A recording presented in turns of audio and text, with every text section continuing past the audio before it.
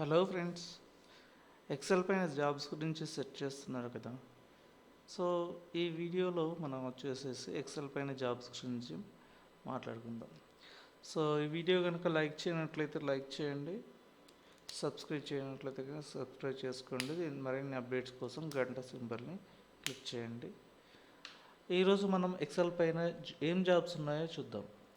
మొదటగా వచ్చేసి administrative jobs అనగానే కంగారు పడాల్సిన అవసరం లేదు. సో మేజర్గా ఇక్కడ డేటాని గ్యాదర్ చేసుకునేసి మెయింటైన్ చేయాల్సి వస్తుంది. సో దీనికోసం క్వాలిఫికేషన్ వచ్చేసి మినిమం డిగ్రీ ఉంటే బెటర్గా ఉంటుంది. సో రెండో జాబ్ వచ్చేసి అకౌంట్స్ అనగానే భయపడి చాలామంది టాలీ వస్తేనే బాగుంటుంది, లేదంటే శాప్ నేర్చుకుంటేనే బాగుంటుంది అనేసి అనుకుంటారు కదా. సో బేసిక్గా అకౌంట్స్ కోసం ఇది వచ్చేసి టాలీ అండ్ శాప్ అనేది నేర్చుకోవాలని ఏమీ పెద్ద రూల్ లేదు, కాకపోతే నేర్చుకుంటే బెటర్గా ఉంటుంది ఫ్యూచర్ అనేది. సో ఇందులో ముఖ్యంగా వచ్చేసి ఎక్సెల్లో కొన్ని బేసిక్స్ ఉంటాయి. సో ఆ బేసిక్స్ నేర్చుకున్నట్లయితే కనుక అకౌంట్స్ జాబ్ అనేది బెటర్గా ఉంటుంది ఫ్యూచర్లో. సో నెక్స్ట్ వచ్చేసి ముచ్చటగా వచ్చేసి మూడో జాబు. దీనిలో వచ్చేసి మనం వచ్చేసి మార్కెట్ రీసెర్చ్ అనాలిసిస్ట్ అంటారు.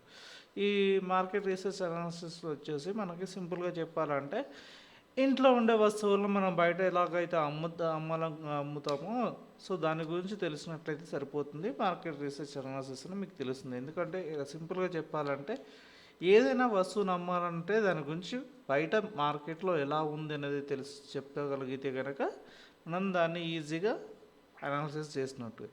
సో ఆ విధంగా చేసే వాళ్ళు ఏమంటారంటే అనలిస్ట్ అని అంటారు. సో దీన్ని కంప్లీట్గా మనం ఏమంటామంటే పరిభాషలో వచ్చేసి మార్కెట్ రీసెర్చ్ అనలిస్ట్. సో ఇందులో అయితే జాబ్స్ వచ్చేసి చాలా ఉన్నాయి.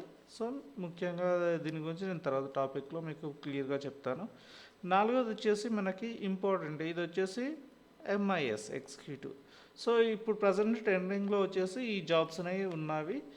సో ఈ జాబ్స్ కోసం ముఖ్యంగా ఇంటర్ లేదా డిగ్రీ కంప్లీట్ చేసినట్లయితే కనుక బెటర్గా ఉంటుంది. దీనికోసం వచ్చేసి మనకి బేసిక్ ఎక్సెల్ అని అడ్వాన్స్ ఎక్సెల్ అని కొంతవరకు నేర్చుకున్నట్లయితే బెటర్గా ఉంటుంది ఫ్యూచర్లో.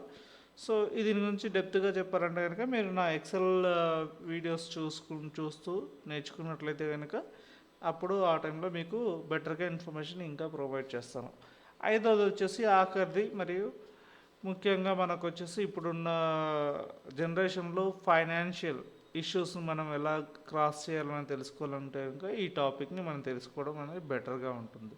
సో ఫైనాన్షియల్ అనలిస్ట్ అనగానే మనకి ముఖ్యంగా గుర్తుకు రావాల్సిన విషయాలు వచ్చేసి మనకి ఇంట్లో మనం అసలు ఫస్ట్ మనం ఎంత సంపాదిస్తున్నాము, మనం ఎంత ఖర్చు చేస్తున్నాము అనేది తెలిసినట్లయితే కనుక ఫైనాన్షియల్గా మనము ఎలాగ ఎదగలుగుతామో తెలుస్తుంది. సో దానికోసం మనం ఏంటంటే ఇలాంటి విషయాల్లో అబ్జర్వ్ చేసే వాళ్ళు ఏమంటారంటే ఫైనాన్షియల్ అనలిస్ట్ అంటారు. సో ఇది కూడా చాలా ఈజీ మన టాపిక్ అనేది కొంచెం అర్థం చేసుకున్నట్లయితే బెటర్గా ఉంటుంది ఫ్యూచర్ అది.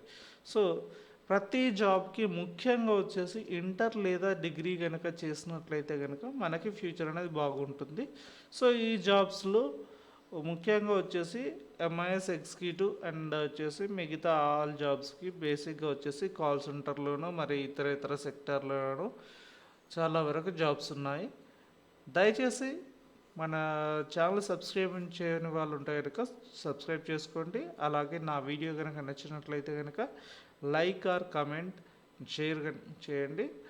ముఖ్యంగా మీరు కమెంట్ చేసినట్లయితే నా వీడియోస్ ఎలా ఉన్నాయో నాకు తెలుస్తుంది. అలాగే నెక్స్ట్ వచ్చే వీడియోస్ కూడా నేను కొంతవరకు బెటర్గా మీకోసం అవుట్పుట్ ఇస్తాను.